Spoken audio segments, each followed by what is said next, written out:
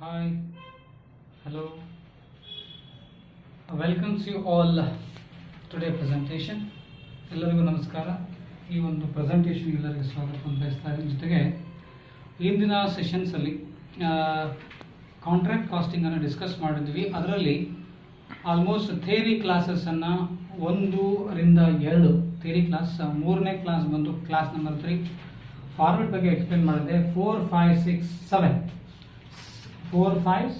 ಎಲ್ಲ previous year question paper solve ಆಗಿರ್ತಕ್ಕಂಥ classes. ಇವತ್ತು class number 8. This class is about on contract costing. Rest of the topic, I mean balance, remaining balance to discuss on contract costing. Today I will have a question different from previous sessions or different from previous presentations. I mean, this is a numerical part or a practical part. This question is not similar to previous sessions. This is different from previous sessions. Before the presentation, I am Akhi Maruti, Assistant Professor of Commerce, SKNG Government First Grade College, Gangavati. My email ID akhimaruti@gmail.com. Look at the question which I have wrote on whiteboard. This question seems to be difficult, but it is very easiest. Look at this. Excel builders took up a building contract for rupees 13,25,000 in June 2003. Prepare contract and contracting account here, full stop. As on 31st/3/2004, the company had work in progress, I mean WIP, in the balance sheet. Here balance sheet information is given up to this. ಅಂದರೆ ಇದು question ಸ್ವಲ್ಪ difficult ಅಂತ ಅನ್ಸೋದು, but ಈಸಿಯಾಗಿ solve ಮಾಡ್ಬೋದು.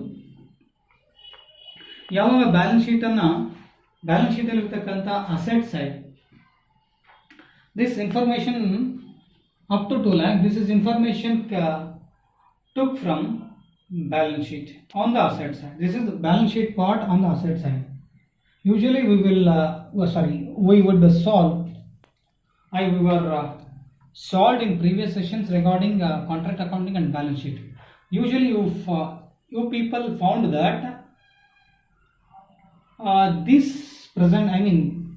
type of presentation is usually appeared on asset side. ಇದು ನೀವು ನೋಡಿದ್ರೆ ಬ್ಯಾಲೆನ್ಸ್ ಶೀಟ್ ಅಲ್ಲಿ ಅಸೆಟ್ ಸೈಡ್ ಇದೇ ರೀತಿ ಬರೀತೀವಿ, ಬಟ್ ಇಲ್ಲಿ ಬ್ಯಾಲೆನ್ಸ್ ಶೀಟ್ ಅಲ್ಲಿ ಇರ್ತಕ್ಕಂಥ ಅಸೆಟ್ ಸೈಡ್ ಇರ್ತಾನೆ ಈ ಪಾರ್ಟ್ ಅನ್ನು ಕೊಟ್ಬಿಟ್ಟಾನ. ನಾವಿಲ್ಲಿ ಕಾಂಟ್ರಾಕ್ಟ್ ಅಕೌಂಟ್ ಅನ್ನ ಪ್ರಿಪೇರ್ ಮಾಡಬೇಕು. ಕಾಂಟ್ರಾಕ್ಟ್ ಅಕೌಂಟ್ ಅನ್ನ ಪ್ರಿಪೇರ್ ಮಾಡಬೇಕು ಮತ್ತು ಕಾಂಟ್ರಾಕ್ಟ್ ಅಕೌಂಟ್ ಅನ್ನು ಪ್ರಿಪೇರ್ ಮಾಡಬೇಕು. So when balance sheet asset part given regarding when the balance sheet asset part regarding work in progress is given, the way of presentation is different. Here 13,25,000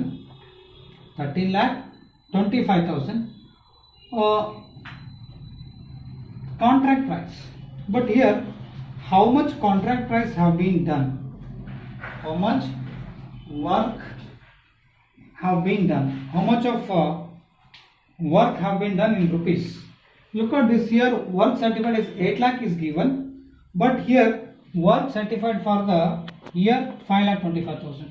So make these totals. This total, 5,25,000 plus 8 lakh, 5,25,000 plus 8 lakh.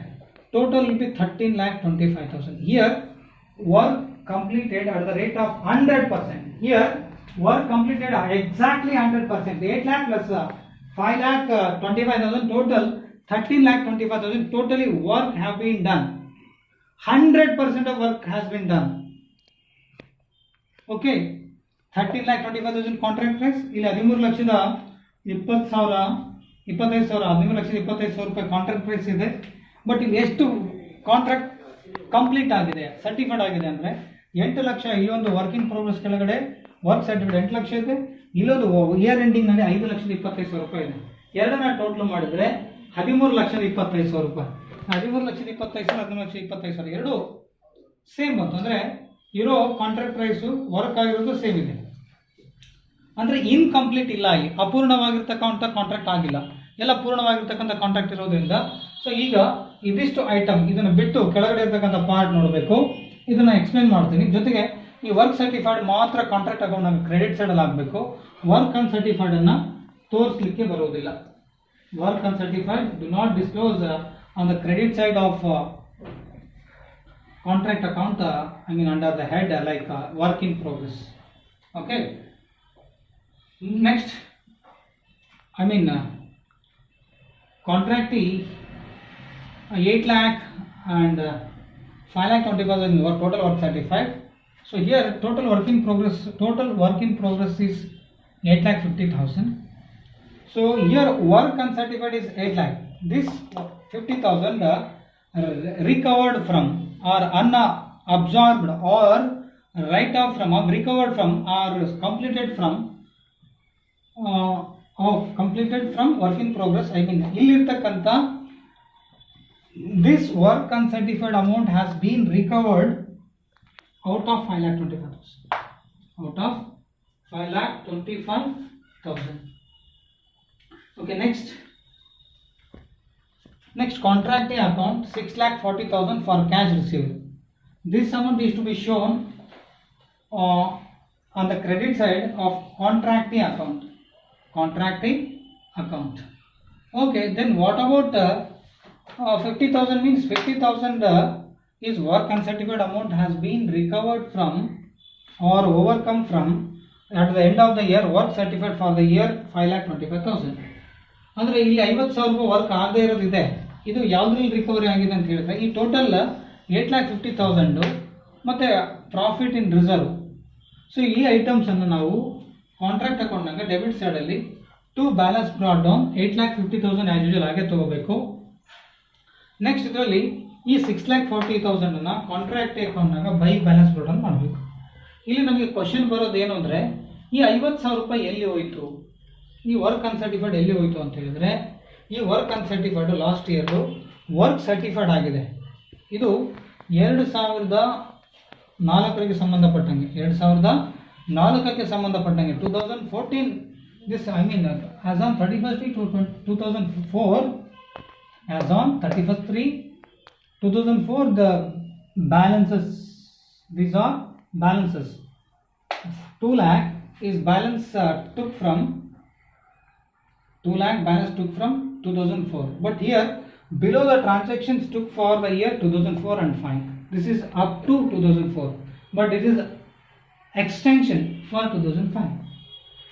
ಈ ಕೆಲಸ ಆಗದೆ ಇರೋದನ್ನ ಇಲ್ಲಿ ಕೆಲಸ ಆಗಿದೆ ಅಂತ ಇಲ್ಲಿ ತೋರಿಸಿದ್ದಾರೆ. ಸೊ ಇದರಲ್ಲಿ ರಿಕವರ್ ಆಯಿತು, ಹಾಗಾಗಿ ಇದನ್ನು ತೋರಿಸ್ಲಿಕ್ಕೆ ಬರೋಲ್ಲ. Contract account for cash received 6,40,000. So ನಾವು ಕಾಂಟ್ರಾಕ್ಟ್ ಅಕೌಂಟ್ನಾಗ ತೋರಿಸಿದ್ವಿ. 8,50,000 ಕಾಂಟ್ರಾಕ್ಟ್ ಅಕೌಂಟ್ನ ಡೆಬಿಟ್ ಸೈಡ್.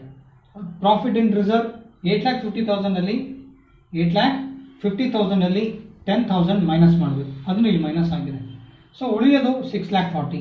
ಈ 6,40,000 ಕಾಂಟ್ರಾಕ್ಟ್ ಅಕೌಂಟ್ನಾಗ ಕ್ರೆಡಿಟ್ ಸೈಡಲ್ಲಿ ಹಾಕಿದ್ವಿ ಕಾಂಟ್ರಾಕ್ಟ್ ಅಕೌಂಟಲ್ಲಿ. ಮತ್ತು ಈ 50,000 ರೂಪಾಯಿ ಇಲ್ಲಿ ವರ್ಕ್ ಸರ್ಟಿಫೈಡ್ ಆಗಿದೆ. ಇದರಲ್ಲಿ ನಾವು ಅಸಂಪ್ಷನ್ ಆಗಿ ಮಾಡ್ಕೋಬೇಕು, ಅಸಂಪ್ಷನ್ ಆ ಥರ ಮಾಡ್ಕೋಬೇಕು. Next, below the transaction took for the year 2004 and 2005. Okay, here materials issued from stores, material directly procured or purchased, cost of subcontract, cost, wages paid, administration expenses and plant issued. These up to these, from material issued from stores to plant issued. ಅಂದರೆ ಇಲ್ಲಿಂದ material issued from stores ಇಂದ plant issued ವರೆಗೂ 1 2 3 4 5 6 items. 6 items ನಾವು contract ಅಕೌಂಟ್ನಾಗ debit side 1 2 3 4 5 6 1 2 3 4 5 6. These 6 items taken from question. I mean below the transaction took for the year 2004 and 5. ಇಲ್ಲಿಂದ 1 2 3 4 5 6. Okay, 6 items have been transferred to on debit side of contract account. But this is 8,50,000 taken from work in progress. Then 10,000 is to be profit in reserve. Then 6,40,000 is directly transferred here. But this is not, 6,40,000. Next, this is not to be taken into account because 8,50,000 minus 2,40,000, balance will be 2,10,000. 2,10,000 minus 10,000, 2 lakh. 2 lakh should not be taken into account. Okay. ಇದನ್ನ ಇಲ್ಲಿರೋ ಈ 8,50,000 ರೂಪಾಯಿ consider ಮಾಡಬೇಕು, ಆಮೇಲೆ 6,40,000 ರೂಪಾಯಿ consider ಮಾಡಬೇಕು, ಮತ್ತು 2,10,000 ರೂಪಾಯಿ ತಗೋಬಾರ್ದು. ಯಾಕಂದ್ರೆ ಈ ಅಮೌಂಟ್ ಇದನ್ನು ಮೈನಸ್ ಮಾಡಲು ಬರ್ತಕ್ಕಂಥ ಅಮೌಂಟ್. ಅದೇ ರೀತಿ 10,000 ರೂಪಾಯಿ ಕನ್ಸಿಡರ್ ಮಾಡಿದ್ದೀವಿ, ಮತ್ತು 2,10,000 ರೂಪಾಯಿ 10,000 ರೂಪಾಯಿ ಕಳೆದ್ರೆ 2 ಲಕ್ಷ ಉಳಿತದೆ. ಈ 2 ಲಕ್ಷ ರೂಪಾಯಿ ಕನ್ಸಿಡರ್ ಮಾಡಬಾರ್ದು. ಯಾವ ಐಟಮ್ಸ್ ಕನ್ಸಿಡರ್ ಮಾಡಿ ಟಿಕ್ ಮಾಡ್ಕೋಬೇಕು ಇಫ್ ಆ್ಯಂಡ್ ಫೈಂಡ್ ಔಟ್. ಇಲ್ಲಿವರೆಗೂ ಪ್ಲಾಂಟ್ ಇಶ್ಯೂಡ್ವರೆಗೂ 1 2 3 4 5 6 ಐಟಮ್ಸ್ ನಾವು ಡೆಬಿಟ್ ಸೈಡಲ್ಲಿ ಹಾಕಿದ್ವಿ. ನೆಕ್ಸ್ಟ್ ಅದಾದ ನಂತರ material return to stores, material return to suppliers. These items should be transferred to credit side. 1 2 3 plant return to stores. Then work certified on credit side. These items should be shown on the credit side of contract account. 1 2 3 4 ಈ 4 item ನಾವು contract account ಅಲ್ಲಿ ತೋರಿಸಬೇಕು. So 1 2 3 ಇದು by contract account ನಲ್ಲಿ by material return to stores, by material return to suppliers, by plant return. 3 items have taken from or took from in the question 1 2 3. Then what about work certified for the year? 5,25,000 here contracting account work certified. 8 lakh, this is work certified. Next 5,25,000 this one. So 8 lakh plus 5,25,000, 13,25,000. Here one amount is should not be taken into account. Which one? 50,000. ಇದರಲ್ಲಿ ಇಷ್ಟು ಗಮನಿಸಿದ್ರೆ ಈ 50,000 ರೂಪಾಯಿ ಮಾತ್ರ ಉಳ್ಕೊಳ್ತು. ಈ 50,000 ರೂಪಾಯಿ ಎಲ್ಲಿ recover ಆಯಿತು ಅಂದರೆ ಎಲ್ಲಿ ಸೆಟ್ ಆಫ್ ಆಯಿತು? Work certified. ಈ 5,25,000 ರೂಪಾಯಿನ ವರ್ಕ್ ಆಗಿದೆ ಅಂತೇಳಿ ಈ ಒಂದು 50,000 ರುಪೀಸು ಈ 5,25,000 ಇದೆ. ಸೊ ಇಷ್ಟು ಐಟಮ್ಸ್ ಅಲ್ಲಿ ಯಾವುದನ್ನು ನಾವು ಬಿಟ್ಟಿದ್ದೀವಿ ಅಂದರೆ only 50,000 is to be didn't taken into account. Didn't take while we were preparing contract account or shown or debited or created in contract account. ಅಂದರೆ ಈ ಕಾಂಟ್ರಾಕ್ಟ್ ಅಕೌಂಟ್ ಡೆಬಿಟ್ ಮಾಡೋದಾಗಲಿ ಕ್ರಿಯೇಟ್ ಮಾಡೋದಾಗಲಿ ಈ ಐಟಮ್ನ ತೋರಿಸಿಲ್ಲ. ಯಾಕೆ ತೋರಿಸಿಲ್ಲ ಅಂದರೆ ಈ ಒಂದು ವರ್ಕ್ಸ್ ಅನ್ಸರ್ಟಿಫೈಡ್ ಈ 5,25,000 ಆಗಿದೆ ಅಂತ ಲಾಸ್ಟ್ ಇಯರ್ದಲ್ಲಿ ಓವರ್ಕಮ್ ಮಾಡಿದೆ, ರಿಕವರಿ ಆಗಿದೆ ಅಂತ ಅರ್ಥ. ಸೊ ಇಷ್ಟು ಐಟಮ್ಸನ್ನು ಹಾಕಿದ್ವಿ. So which side is more, ಯಾವ ಸೈಡಲ್ಲಿ ಜಾಸ್ತಿ ಇದೆ ಅಂತ ನೋಡಿದ್ರೆ, ಸೊ ಇಲ್ಲಿ 5,000 ಪ್ಲಸ್ 2,000 30,000, 37 ಪ್ಲಸ್ 13,25,000, ಟೋಟಲ್ 13,62,000. 13,62,000 ರೂಪಾಯಿನಲ್ಲಿ 40,000, 10,000, 80,000, 20,000, 10,000, 1,05,000, 8,40,000 ರೂಪಾಯಿನ ಮೈನಸ್ ಮಾಡಿ ಇಷ್ಟನ್ನ ಟೋಟಲ್ ಮಾಡಿ ಈ 13,60,000 credit side is more than debit side. So ಹಾಗಾಗಿ to profit and loss account balancing figure. So debit side is less than credit side. So here 13,62,000 minus 40 is 10, 80,000, 20,000, 10,000, 1,05,000, 8,40,000. Balance will be P&L account. Why the whole profit transfer to P&L account? ಯಾಕೆ ನಾವು ಇಲ್ಲಿ ಅಷ್ಟು profit ಅನ್ನ P&L account ಯಾಕೆ ಕಳಿಸಿದ್ವಿ ಅಂದ್ರೆ, here look at this, contract price is 13,25,000, but here work certificate is 13,25,000. 13,25,000. So total work certified ಆಗಿರೋದು 13,25,000 equal to contract price. ಇಲ್ಲಿ contract ಪ್ರೈಸಿಗೆ ಎಷ್ಟಿದೆ ಅಷ್ಟು ಅಮೌಂಟ್, ಅಷ್ಟು ವರ್ಕ್ ಸರ್ಟಿಫೈಡ್ ಆಗಿದೆ. 13,25,000 ರೂಪಾಯಿ ಅಂದರೆ 13,25,000 ರೂಪಾಯಿವರೆಗೂ ವರ್ಕ್ ಸರ್ಟಿಫೈಡ್ ಆಗಿದೆ. ಮತ್ತು ಇಲ್ಲಿ 50,000 ರೂಪಾಯಿ ವರ್ಕ್ ಸರ್ಟಿಫೈಡ್ ಆಗದೇ ಇರೋದಿತ್ತು, ಅದನ್ನು ಕೂಡ ಸರ್ಟಿಫೈಡ್ ಮಾಡಿ ಇಲ್ಲಿ ತೋರಿಸಿದೆ. ಸೊ ಇದರಲ್ಲಿ ರಿಕವರಿ ಆಗಿರುತ್ತೆ ಅದು. ಓಕೆ, ಹಾಗಾಗಿ ಇದನ್ನು ನಾವು ಹೋಲ್ ಪ್ರಾಫಿಟ್, ಇದು ಇನ್ಕಂಪ್ಲೀಟ್ ಕಾಂಟ್ರಾಕ್ಟ್ ಅಲ್ಲ. ಇನ್ಕಂಪ್ಲೀಟ್ ಕಾಂಟ್ರಾಕ್ಟ್ ಅಲ್ಲಿ ಏನಾದರೂ ಲಾಭ ಬಂದರೆ ಅದು notional profit. If the profit earned on incomplete contract, the profit is to be treated as notional profit. By here the contract price is equal to contract price is equal to work certified. So CP is equal to WC. So contract price is equal to work certified. It means the whole profit is to be transferred P&L account due to equal contract price to equal work certified. I mean both are equal amounts. So that's why over profit has transferred to P&L account. This is the balancing figure. Next, according to the question, here prepare contract and contract account. Contract account is over. Next, contracting. Next, contracting account by balance brought down. This is the balance taken from less contracting. So 6,40,000. This is the opening balance. Credit balance by balance brought down. Cash received last year. Cash received in the last year. Next, by bank account 6,85,000. 6,85,000 is the balancing figure. How it is balanced? How a 6,85,000 would be balanced? Would be the balancing figure. Okay, here 13,25,000 is the credit balance. This balance is to be transferred from here because this balance is taken from contract account. That's why. So 13,25,000 should be debited to contract account as contract account. So ಇಲ್ಲಿ contract account ನಲ್ಲಿ ಇದು credit side ಇರೋದ್ರಿಂದ ಇದನ್ನು ನಾವು debit side ಅಲ್ಲಿ ಹಾಕಿದ್ವಿ. So to contract account ಇಂದ ಬಂದಿದೆ. ಇಲ್ಲಿ contract account ಇದೆ. contract account ಗೆ contract account balance contract account ಇರೋದ್ರಿಂದ ಇದು ಕ್ರೆಡಿಟ್ ಸೈಡ್ ಇರತಕ್ಕಂಥ ಐಟಮ್ ಅನ್ನು ಕರೆಸ್ಪಾಂಡಿಂಗ್ ಐಟಮ್ ಅನ್ನು ಕಾಂಟ್ರಾಕ್ಟ್ ಅಕೌಂಟ್ ಅಂದ್ರೆ 13,25,000 ಮಾಡಿದ್ವಿ. ಇದು by balance loan 6,40,000. This one contract account, this amount is to be opening balance, so 6,40,000. So 13,25,000 minus 6,40,000, the balance will be 6,85,000 balance amount received. Both sides should be 13,25,000. Okay, 13,25,000 minus 6,40,000, the balance will be 6,85,000. This is 15 marks question, but the question seems to be very difficult, but the presentation is very simple. Okay. Look at the whole view, I mean question and answer.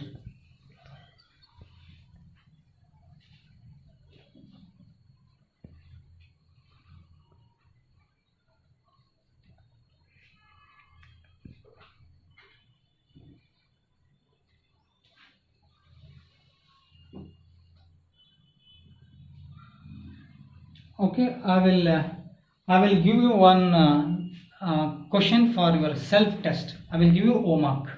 I mean, do it yourself. Look at this question for 15 marks. This question is self test. Do it yourself.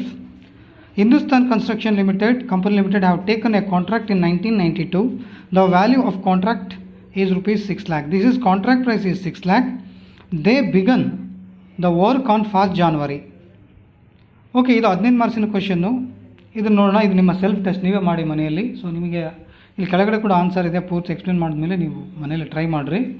Okay, ಈಗ ಇಲ್ಲಿ contract price 6 lakh ಕೊಟ್ಟಾರ, but contract start ಆಗಿರೋದು 1st January 1992. Materials issued 1,68,000. So ಇದು should be transfer to debit side of contract account. ಇದನ್ನು debit ಸೈಡಲ್ಲಿ ಹಾಕೋದು. Wages paid ಇದೆ, ಅದನ್ನು debit side should be transferred. Direct expenses, general overhead charges, plant issued, these are the direct expenses charged to contract account on the debit side. Ivel contract account debit side al hakbek usually. The following are the outstanding expenses as on 31st December. Illi start agirodu 1st January, ending bandu 31st December. Alle nearly correct 1 year ide.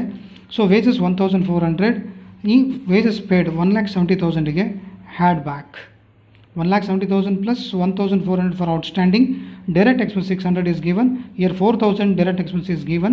At the end of the year, outstanding amount on direct expense 600 should be added back to 4,000.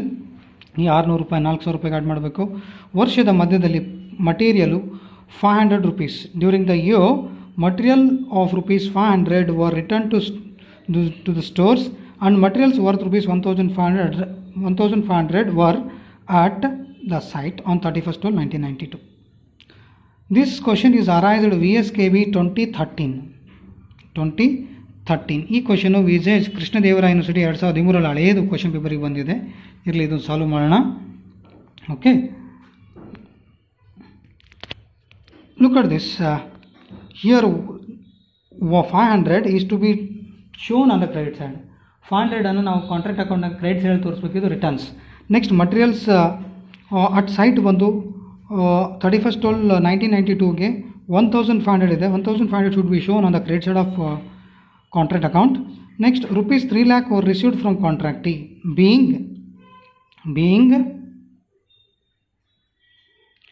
being equal to 80% of work certified. Here 80% of work certified is given. So 80% would be 100 divided by 80. 100 divided by 80. How? Here formula is portion of work certified is equal to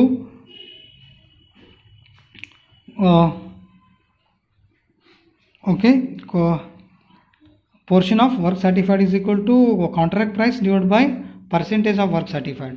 Percentage of contract price divided by percentage of work certified. Here 3 lakh or rupees 3 lakh were received from contracting for the purpose of 80% of work certified. For the purpose of 80% of work certified. Here we have to calculate portion of work certified is equal to contract price divided by percentage of work certified. My dear friends, here 80% of work certified is given, but 80 divided by 100 becomes 100 divided by 80 when the denominator becomes here, is equal to from right hand to left hand side. ಅಂದರೆ ಇಲ್ಲಿ portion of work certified amount ರೂಪದಲ್ಲಿ ಕಂಡುಹಿಡಬೇಕಾದ್ರೆ 80% ಹೋಗಿ 100 divided by 80 ಆಗುತ್ತೆ. ಹಿಂದಿನ ಕ್ವಶನಲ್ಲಿ explain ಮಾಡೋದು ಅದೇ ರೀತಿ. ಇಲ್ಲಿ ಪರ್ಸೆಂಟೇಜ್ ಆಫ್ ಅಮೌಂಟ್ ಎಷ್ಟು ಅಂತ ವರ್ಕ್ ಸರ್ಟಿಫೈಡ್ ಆಗಿದೆ. ಅಮೌಂಟ್ ರೂಪದಲ್ಲಿ ಎಷ್ಟು ವರ್ಕ್ ಸರ್ಟಿಫೈಡ್ ಆಯಿತು ಅಂದರೆ ನಾವು ಕಾಂಟ್ರಾಕ್ಟ್ ಪ್ರೈಸನ್ನು ಬೇಸ್ ಆಗಿಟ್ಕೋಬೇಕು. ಇಲ್ಲಿ ಕಾಂಟ್ರಾಕ್ಟ್ ಪ್ರೈಸ್ ಎಷ್ಟು ಕೊಟ್ಟಿದ್ದಾರೆ ಅಂದರೆ ಇಲ್ಲಿ ಕಾಂಟ್ರಾಕ್ಟ್ ಪ್ರೈಸ್ ನೋಡಿ 6 ಲಕ್ಷ ರೂಪಾಯಿ ಇದೆ. 6 lakh into 6 lakh into 80 divided by 100. Here for the 80% 80% work certified ಆಗಿದ್ದಕ್ಕೋಸ್ಕರ 3 ಲಕ್ಷ ರೂಪಾಯಿ ಕಾಂಟ್ರಾಕ್ಟಿಂದ ರಿಸೀವ್ ಮಾಡ್ಕೊಂಡಿದ್ದಾನೆ ಕಾಂಟ್ರಾಕ್ಟರು. 3 ಲಕ್ಷ ರೂಪಾಯಿ 80% ವರ್ಕ್ ಸರ್ಟಿಫೈಡ್ ಆಗಿದ್ದಕ್ಕೋಸ್ಕರ. ಅದೇ ಅಮೌಂಟ್ ರೂಪದಲ್ಲಿ ಎಷ್ಟು 80% ಅಂದರೆ ಅಮೌಂಟ್ ರೂಪದಲ್ಲಿ ಎಷ್ಟು ವರ್ಕ್ ಸರ್ಟಿಫೈಡ್ ಆಯಿತು 6 ಲಕ್ಷಕ್ಕೆ ಕನ್ವರ್ಟ್ ಮಾಡಿದ್ರೆ. So here 100 becomes numerator, 80 becomes denominator. 100 ಛೇದ ಆಗುತ್ತೆ, ಅಂಶ ಆಗುತ್ತೆ, ಛೇದ 80 ಆಗುತ್ತೆ. ಓಕೆ, ಇಲ್ಲಿ ಅಮೌಂಟ್ ರೂಪದಲ್ಲಿ ಕಂಡುಹಿಡಿಬೇಕಾದ್ರೆ ಏನು ಮಾಡಬೇಕು 6 lakh ಇಂಟು 100 divided by 80 ಮಾಡಿಕೊಂಡ್ರೆ portion of work certified in amount certified in or work completed in rupees. Here cost of work done but not certified rupees 7,000. ಇಲ್ಲಿ work uncertified is 7,000 but work certified in rupees 6 lakh is contract price. 100 divided by 80, the balance will be amount certified in rupees. Then here plant is to be depreciated at 20%. Plant, look at the question, how much amount given regarding plant. Here plant issued 30,000. Out of 30,000 we have to depreciate at the rate of 20%. So 20% plant ಮೇಲೆ ತೆಗಿಬೇಕು. So here prepare contract account and contracting account for the year ending 31st December 1992 and show the amount of profit to be taken profit and loss account. This is the answer, 18,000. So profit and loss account is given. Here contract account is given. Do it yourself. So one more question. ABC company. The ABC contractors undertook a contract 15 lakh. These are contract price. The work commenced on 1/4/2007. The other details are as follows. This is debit side. These are the 3 lakh, 4 lakh 50,000, 1 lakh, then 15,000, 2 lakh. These are expenses charged to debit side of contract account. These are direct expenses. Of the materials and plant issued to the contract, materials cost rupees 15,000, plant cost rupees 10,000 were lost. These two amounts is to be treated as abnormal loss. ಇಲ್ಲೊಂದು question ಇದೆ, ಇದು ನೀವು ಮಾಡ್ರಿ answer ಇಲ್ಲಿದೆ. 18,000 ರೂಪಾಯಿ. ಇದು 22ನೇ question. ಇಲ್ಲಿ ಕೆಳಗಡೆಲ್ಲ answer ಕೊಟ್ಟಿದ್ದಾರೆ, ಇದನ್ನು ನೋಡಿ ನೀವು ಬಿಡಿಸಿ. ಇದು ಕೃಷ್ಣದೇವರಾಯ ಯೂನಿವರ್ಸಿಟಿ ಹಳೆಯ ಯೂನಿವರ್ಸಿಟಿ ಕ್ವಶನ್ ಪೇಪರಿಗೆ ಬಂದಿದೆ. ಅಂದರೆ 2013ರಲ್ಲಿ, ಅಂದರೆ ವಿಜಯನಗರ ಶ್ರೀಕೃಷ್ಣದೇವರಾಯ ಯೂನಿವರ್ಸಿಟಿಯವರೇ ಕೇಳಿರ್ತಕ್ಕಂಥ ಕ್ವಶನ್, ಅದು 2013ರಲ್ಲಿ. ಅದೇ ಥರ ಇಲ್ಲಿ ಇನ್ನೊಂದು ಕ್ವಶನ್ ಇದೆ, 22A ಅನ್ನೋದು, ಇವಿಷ್ಟು ಎಕ್ಸ್ಪೆನ್ಸಸನ್ನು ನಾವು ಡೆಬಿಟ್ ಸೈಡಲ್ಲಿ ಹಾಕಬೇಕು. ನೆಕ್ಸ್ಟ್ ಇಲ್ಲಿ of the materials and plant issued to the contract, material cost rupees 15,000 and 10,000. Material 15,000, plant 10,000 lost ಆಗಿತ್ತು ಅಂತ ಹೇಳ್ತಾನೆ, ಅಬ್ನಾರ್ಮಲ್ ಲಾಸ್. ಇದು ಕಾಂಟ್ರಾಕ್ಟ್ ಅಕೌಂಟಾಗ ಕ್ರೆಡಿಟ್ ಸೈಡ್ ಆಗಬೇಕು. On 31st March 2008, year starting from 1/4/2007 ending 31st 3/2008. Here the duration is 1 year. ಇಲ್ಲಿ 1 ವರ್ಷ ಕಾಣಿಸ್ತದೆ ನಮಗೆ. ಸೊ ಇವೆರಡು 10,000 15,000 ರೂಪಾಯಿ ಮಟೀರಿಯಲು, 10,000 ರೂಪಾಯಿ ಪ್ಲಾಂಟ್, ಇವೆರಡು ಅಬ್ನಾರ್ಮಲ್ ಲಾಸ್. ಇದನ್ನು ಕ್ರೆಡಿಟ್ ಸೈಡಲ್ಲಿ ತೋರಿಸಬೇಕು ಕಾಂಟ್ರಾಕ್ಟ್ ಅಕೌಂಟಲ್ಲಿ. On 31st March 2008, the plant which is cost rupees 15,000 returned to stores. This should be shown on the credit side of contract account. ಇದನ್ನು ಕಾಂಟ್ರಾಕ್ಟ್ ಅಕೌಂಟ್ನ ಕ್ರೆಡಿಟ್ ಸೈಡಲ್ಲಿ ತೋರಿಸಬೇಕು. Material at site at the end ವರ್ rupees 8,000. This should be shown on the credit side of contract account. ಇದನ್ನು ಕೂಡ ಇವೆರಡು, ಈ material return to stores, material at site, ಇವೆರಡನ್ನ ಕಾಂಟ್ರಾಕ್ಟ್ ಅಕೌಂಟ್ನ ಕ್ರೆಡಿಟ್ ಸೈಡಲ್ಲಿ ತೋರಿಸಬೇಕು. Next cash received on account on 31st March 2008, amount at rupees 8 lakh being 80% of work certified. So here amount received from contractee by contractor rupees 8 lakh, for the work certified is 80%. But here 80% of work certified is given, but how much amount work certified is not given. So on this purpose 80% becomes 100 divided by 80. Here contract price is as I said explain here.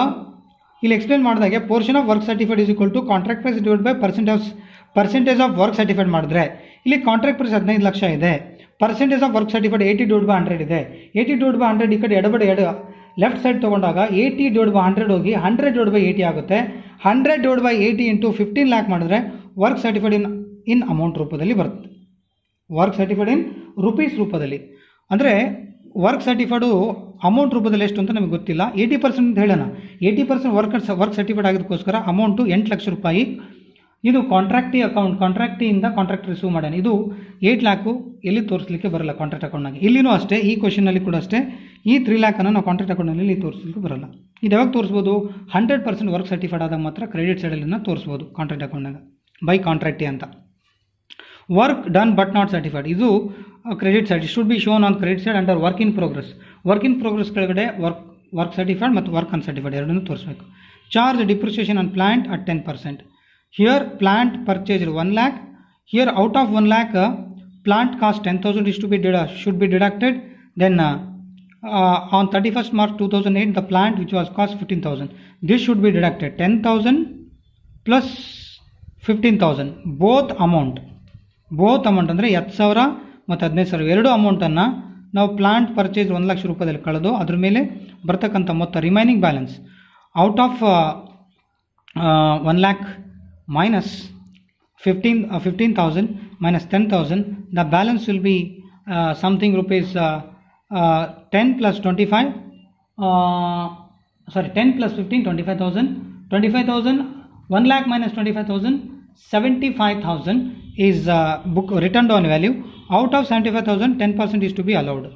ಈ 1 ಲಕ್ಷ ರೂಪಾಯಿ ಮೇಲೆ 10,000 ಮತ್ತು 15,000 ರೂಪಾಯಿ ಇವೆರಡನ್ನ ಕಳೆದು 75,000 ರೂಪಾಯಿ ಬರುತ್ತೆ. ಇದರಲ್ಲಿ credit ಸೈಡಲ್ಲಿ 1 ಲಕ್ಷದ ಇವೆರಡು ಕಳೆದು, ಸೊ 10,000 ಮತ್ತು 15,000 ಕಳೆದ್ರೆ 75,000. 75,000 ಮೇಲೆ 10% ಮಾಡಿದ್ರೆ 7,500.